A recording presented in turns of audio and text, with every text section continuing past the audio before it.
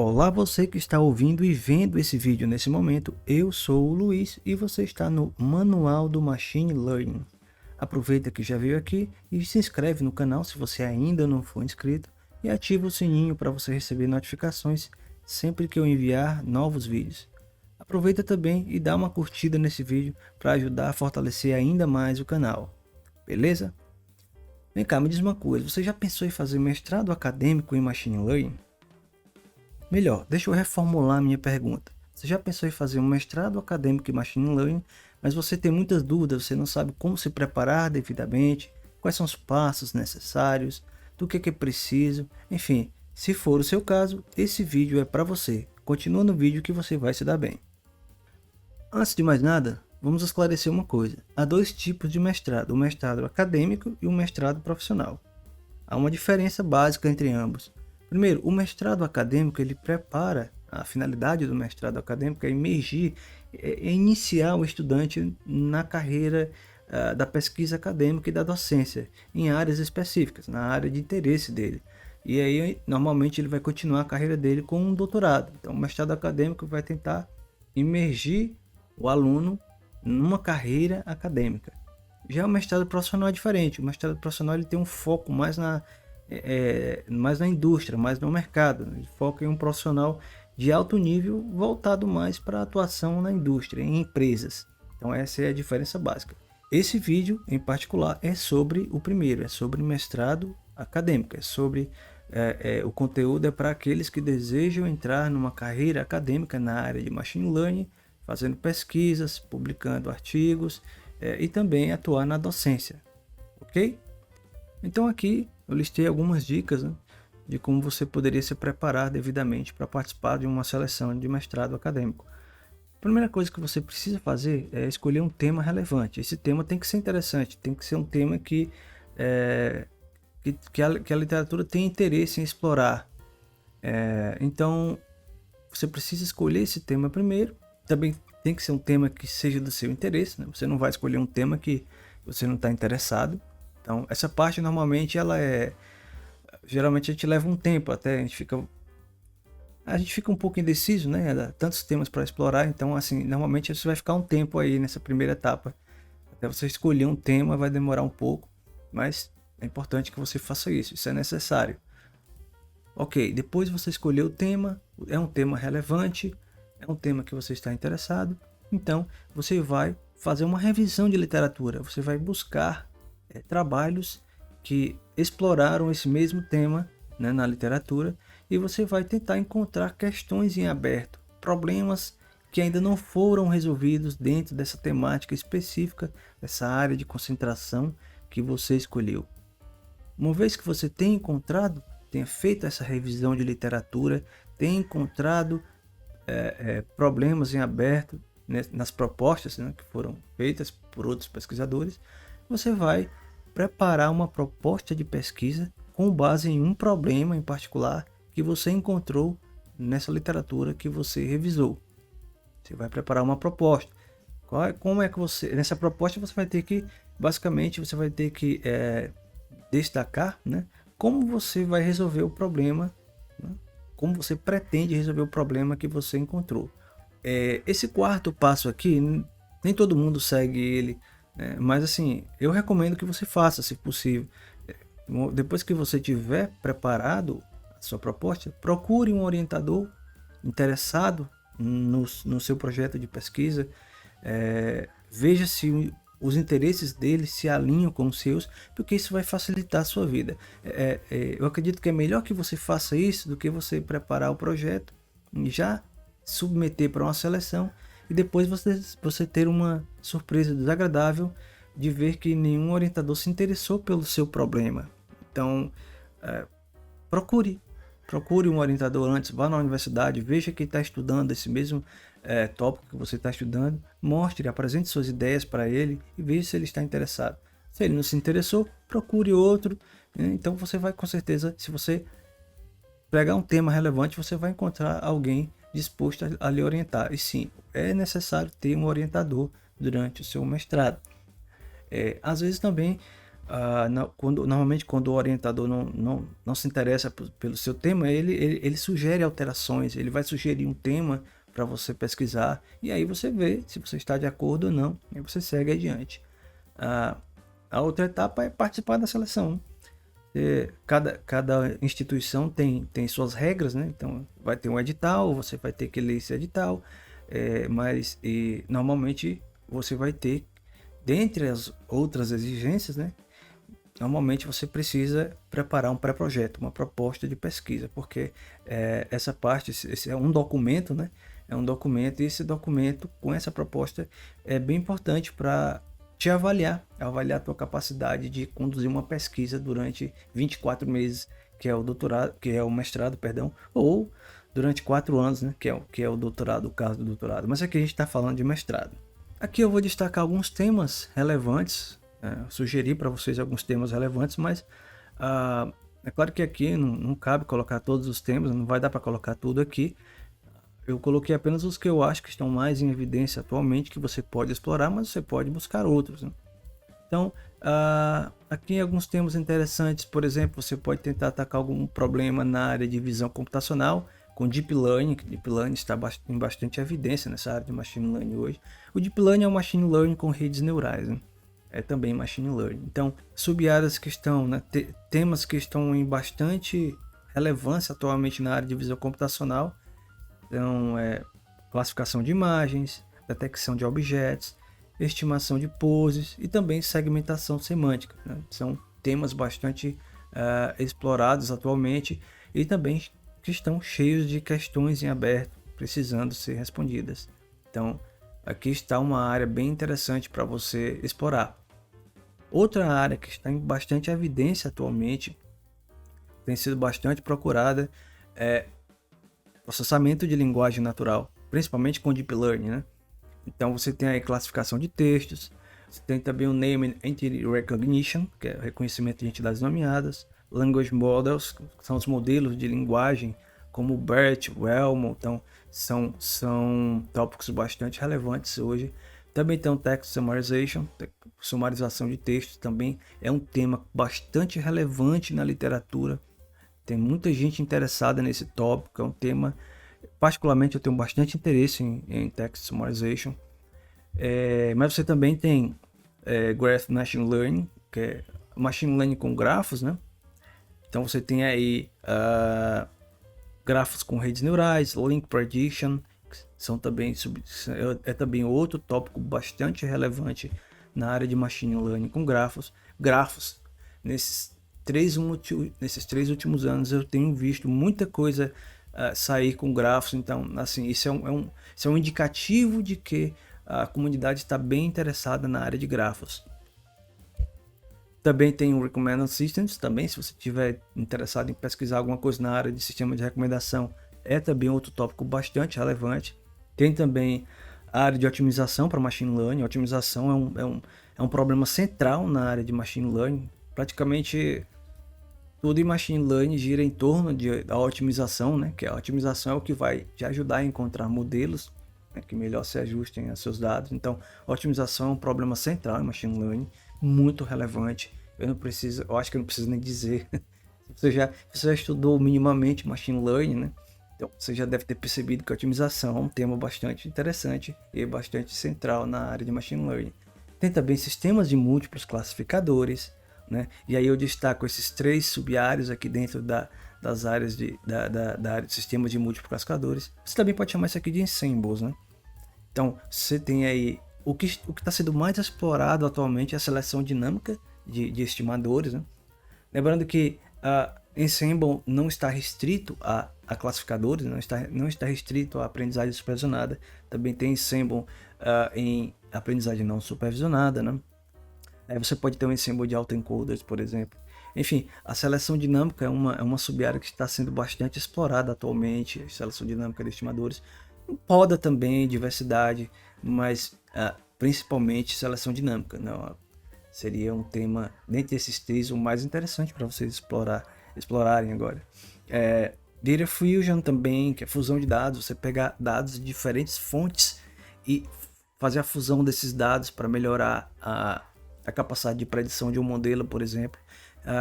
Um exemplo de uso, de aplicação de Data Fusion em sensores, né? IoT, carros autônomos também, né? Então você tem dados aí de diferentes fontes, aí você vai fundir esses dados para tentar melhorar a predição do modelo. Então é um tema que tem bastante relevância atualmente. Também Machine Learning multimodal, é o aprendizado de modelos utilizando diferentes representações dos mesmos dados, né? Então você tem aí aprendizagem multimodal ou Multi-View Machine Learning, que também é um sinônimo, né, para a mesma área. Você tem esse aprendizagem multimodal também é um tema bastante relevante. Então é um tema que eu posso sugerir também para vocês explorarem, ok? E aí a gente chega na revisão de literatura.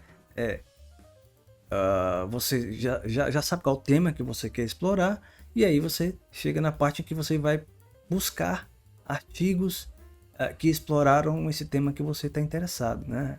Então, onde procurar, onde encontrar bons artigos de qualidade? É importante, pessoal, é importante que vocês tentem encontrar artigos de qualidade, artigos que sejam bem escritos, que sejam bem estruturados, porque eles vão influenciar também, eles vão influenciar no seu trabalho, vão influenciar na maneira como você escreve. Então, se você se inspirou num material de qualidade, né, o seu trabalho terá grande chance de ter uma qualidade semelhante também. Então, procure artigos de qualidade, procure artigos que sejam publicados em grandes conferências, em periódicos, principalmente em periódicos de alto impacto, que isso vai com certeza, só vai ajudar vocês. Então, onde encontrar bons artigos? Certamente no Google Scholar você vai encontrar muita coisa também. Lá você pode filtrar por ano, você pode filtrar pela fonte, né? Enfim, então dá uma olhada lá no Google Scholar, você vai conseguir encontrar muita coisa. Coloca a palavra-chave lá e aí você vai encontrar os artigos que você procura. Também nos proceedings de grandes conferências. Aí, como eu falei também, nos periódicos de alto impacto, né? Então, preocupe-se, é uma preocupação que você tem que ter com a qualidade da literatura que você está revisando. Então, vou citar aqui alguns exemplos de conferências, de periódicos que você pode usar como fonte para pesquisar a literatura, né? Então, você tem aqui o TPMI, que é um periódico de alto impacto, né? Você com certeza vai achar material de muita qualidade aqui. Não é fácil. Aqui eu estou dando uma ideia de locais onde vocês podem encontrar bons artigos, mas também é uma ideia de sugestão de conferências e periódicos, onde você também vai publicar seu artigo futuramente. Você pode escolher publicar seu artigo lá. Então, a ideia que eu quero passar aqui é que não é fácil você publicar um artigo aqui. E o artigo que consegue ser publicado aqui, com certeza é de altíssima qualidade, porque tem todo um tempo de revisão, passa pelo crivo de outros pesquisadores, de revisores, que vão analisar seu trabalho de cima a baixo, vão sugerir mudanças, vão sugerir modificações, sugerir experimentos que você deveria fazer. Enfim,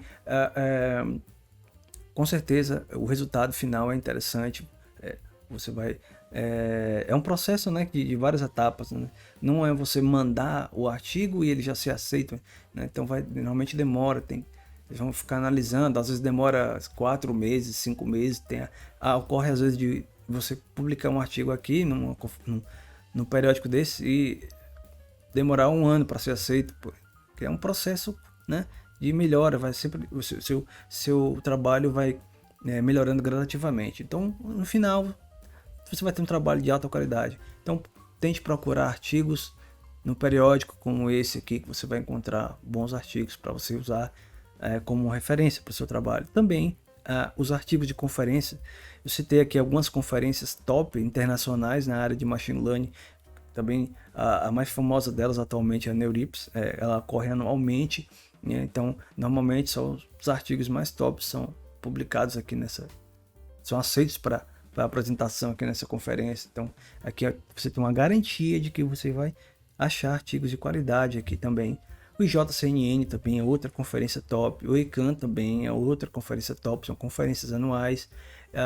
O AAAI também é outra conferência bastante relevante na área de inteligência artificial. E também tem uma brasileira aqui, que é o Bracis, também tem coisa boa lá, vocês também podem procurar. E não se contente apenas com essas, né? Também tem outras conferências que você pode, eu não coloquei todas aqui, não cabe obviamente, mas não se contente apenas com essa, procurem.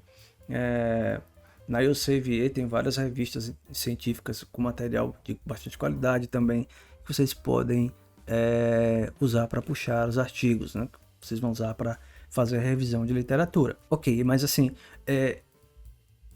eu sugiro que vocês, ao fazer as revisões de literatura, vocês comecem pelos surveys.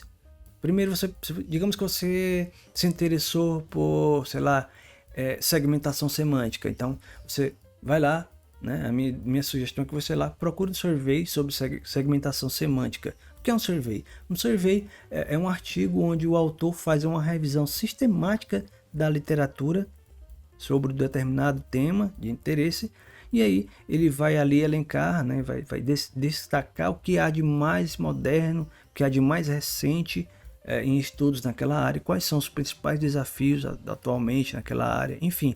É a melhor maneira de você pegar um background mais rápido sobre o tema que você escolheu. Então, busque primeiro um survey, leia o survey, estude, vá nas referências desse survey, veja os artigos que estão lá, leia também. Então é uma maneira legal de você encontrar artigos no estado da arte, explorando um determinado tema. Não? Então vai no survey que você não vai se arrepender. E assim, agora você encontrou um tema, você já revisou a literatura, agora é hora de você preparar uma proposta de pesquisa. Né? Aqui, nesse ponto, você já sabe o que você vai explorar, já sabe qual é o tema, você já sabe qual é o problema, já encontrou um probleminha aberto, né? E agora é hora de você escrever uma proposta de pesquisa, né? Para você mostrar um orientador, para você, sei lá, enviar para submeter para avaliação na seleção, enfim. Então, é importante que você atente para alguns detalhes da estrutura de uma boa proposta de pesquisa. Então, uma boa proposta, ele tem que ter um título que essencialmente seja uma amostra do objetivo da sua proposta, do seu trabalho, né? Então, esse título ele tem também que ser o mais específico possível, ao mesmo tempo que descreva toda a extensão da proposta. Então, o título é bem importante. É claro que normalmente as pessoas, quando vai escrever a proposta, tendem a escrever primeiro o título. Não, deixa o título em branco, escreve o título por último. Escreve a tua proposta, faz a introdução, enfim. Só no final você coloca o título, e que esse título ele deve ser uma descrição, né, curta dos objetivos do seu trabalho. Seja bem específico nessa parte. Isso é importante. O título tem que ser condizente com o restante da proposta. Aí você tem a introdução. Aqui é importante.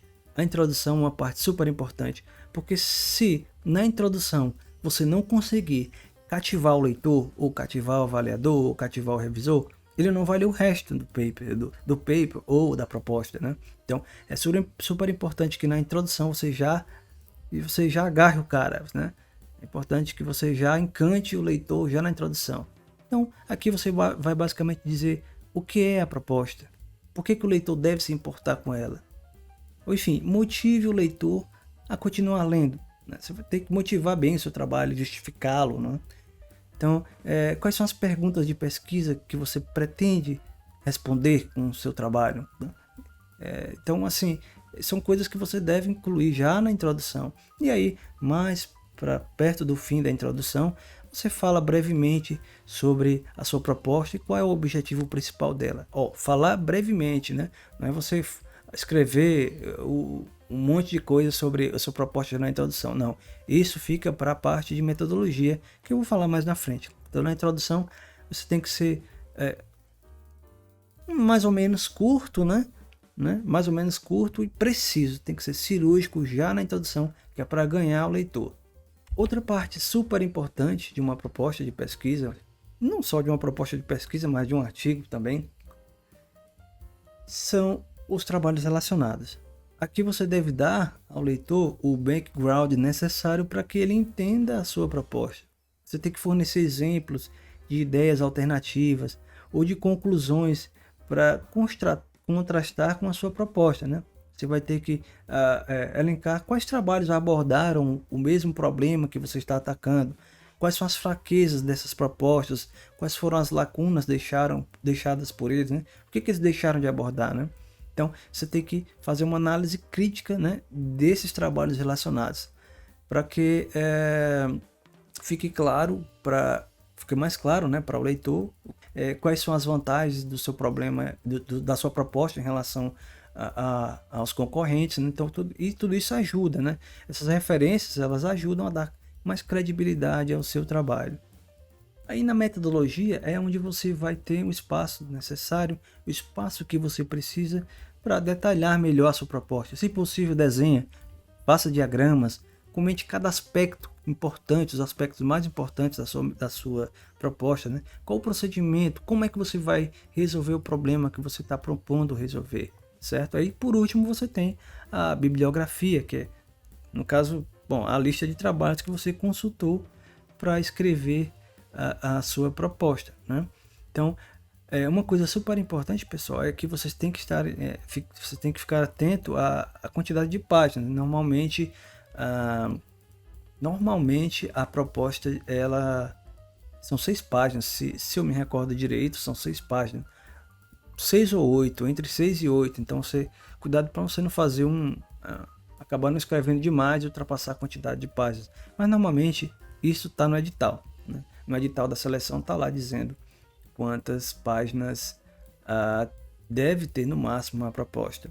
Em algumas instituições, pelo menos na instituição para a qual eu me candidatei na época do mestrado, a proposta de pesquisa tinha o maior peso na avaliação. O maior peso era da proposta de pesquisa. Então, é importante que vocês caprichem na proposta, porque é ela, né, que vai dizer se você, quão capaz você é de conduzir uma pesquisa ou de vender, digamos assim. Você vai usar essa proposta para vender o peixe, né? Então, se você for capaz de vender bem o seu peixe para o avaliador, você também vai ser capaz de vender um paper, né, para um revisor, para uma conferência, para um periódico. Então, a ideia é basicamente essa, né? É avaliar a sua capacidade de argumentação, de defender uma ideia, de explorar um tema, enfim. Então, é por isso que o peso é tão alto para a proposta, né? E aí, o que você vai usar, né? O que usar para escrever a sua proposta? Tem gente que usa o Word, né? Tem gente que usa o Word, nada contra. Mas eu, particularmente, prefiro usar o LaTeX. O LaTeX o LaTeX ele fornece o que há de melhor em ferramentas, né, atualmente, para escrever trabalhos acadêmicos. Com o LaTeX você pode melhor estruturar equações, você tem toda uma flexibilidade e liberdade para escrever equações. Você pode importar figuras em PDF facilmente, em SVG, né? O resultado final é bem bacana, porque, por exemplo, você desenha um diagrama no Illustrator, por exemplo, ou no Escape, né? Exporta um PDF, aí você vai e importa dentro do Overleaf. Não importa o quanto você amplie o PDF, a figura jamais vai perder qualidade. Então, assim, fica um trabalho muito mais profissional. Então, se eu puder sugerir para vocês, use o LaTeX. E você tem duas opções: ou instalar o LaTeX no seu computador e todo aquele processo de instalar todas as ferramentas, os pacotes, instalar e usar, ou você pode usar uma plataforma online como o Overleaf. O Overleaf talvez seja mais utilizada na academia atualmente para escrever artigos, escrever outros tipos de materiais em LaTeX, até livros, né? Então, overleaf.com, vai lá e cria sua conta, né? Você pode criar sua conta lá gratuitamente e aí você pode escrever, né, lá quantos projetos você quiser. Então, vai de LaTeX que você não vai se arrepender. Uma dúvida bastante comum das pessoas é sobre a dedicação ao curso. Eu devo me dedicar exclusivamente? Ou será que dá para conciliar um mestrado com um emprego? A verdade é que essa é uma questão bastante delicada, porque se por um lado é importante que você se dedique exclusivamente ao curso e à sua pesquisa, porque isso vai influenciar no resultado final. Quer dizer, se você consegue se dedicar exclusivamente a uma coisa, quer dizer que o resultado final é mais bem feito, porque você realmente dedicou todo o seu tempo àquilo, né? Então, a qualidade da sua pesquisa, quando você se dedica exclusivamente, ela é muito superior, né? Mas, por outro lado, é bem difícil. A realidade bastante complicado, é bem difícil porque para você conseguir se dedicar exclusivamente ao curso, você necessariamente não vai você vai ter que abdicar do seu emprego, né? Então, dependendo do contexto, não é uma decisão muito inteligente, né? Porque você vai ter que estudar com bolsa. E atualmente a bolsa de mestrado é R$ 1.500. Então, bom, tem gente que consegue viver com muito menos, mas não é a realidade para muitas pessoas. R$ 1.500 é muito pouco para muitas pessoas, então fica difícil sobreviver só com isso. Então, você pode, sim, é a realidade de muita gente, muitos alunos de mestrado, colegas meus, eu lembro que eles conciliavam o mestrado com o emprego deles e conseguiram tocar e conseguiram defender e hoje são mestres. Então é perfeitamente possível, sim, mas tenha em mente que se você vai conciliar o seu mestrado com o seu emprego, são duas coisas aí para você gerenciar e você vai ter que se esforçar um pouquinho mais, né? Então, de qualquer forma, é possível sim. Eu conheço pessoas que fizeram isso e não deu errado, né? Então, quando você se dedica, né, desde que você se dedique, mesmo que você não tenha total o tempo, desde que você não possa dedicar todo o seu tempo para isso, mas que todo o tempo que você tiver, você aproveite, não vai dar errado, tá? Não vai dar errado. E como é o curso, né? Quais são as principais exigências, né, do curso? Como é que funciona? Isso depende da instituição, tá? Nem toda instituição vai ser assim, eu acredito, mas vou usar como exemplo a instituição onde eu fiz o mestrado, que foi na Universidade Federal de Pernambuco, lá no Centro de Informática. Lá é assim, durante o primeiro ano do curso, o mestrado são 2 anos, tá? Então, durante o primeiro ano do curso, você vai precisar cumprir uma determinada carga horária aí de disciplinas. Então, você vai ter que cursar as disciplinas relevantes à sua pesquisa, né? Para cumprir essa quantidade específica de créditos que é exigida. E já no segundo ano, você fica mais livre para se dedicar inteiramente ao seu projeto de pesquisa. Você vai aí realizar os experimentos, vai escrever artigos, vai escrever a sua dissertação, e aí depois você vai, durante o segundo ano, né, defender a sua dissertação para uma banca para obter o seu título de mestre. Mas é que assim, é importante que você não deixe para o segundo ano, né, não deixe a sua pesquisa para começar, né, para já se mexer só no segundo ano. Se você puder, já no primeiro ano, já comece a mexer os pauzinhos, já comece a realizar experimentos, já comece a procurar métodos, estudar os métodos alternativos, comece a se mexer já no primeiro ano. Porque assim, às vezes você deixa tudo isso para o segundo ano. Bom, dependendo da sua rotina, pode não dar tempo, né? Você vai ficar um pouco apertado. Então, se você puder, essa parte de realizar os experimentos e tal, tenta fazer já no primeiro ano, tá? E aqui eu tenho algumas considerações finais, né?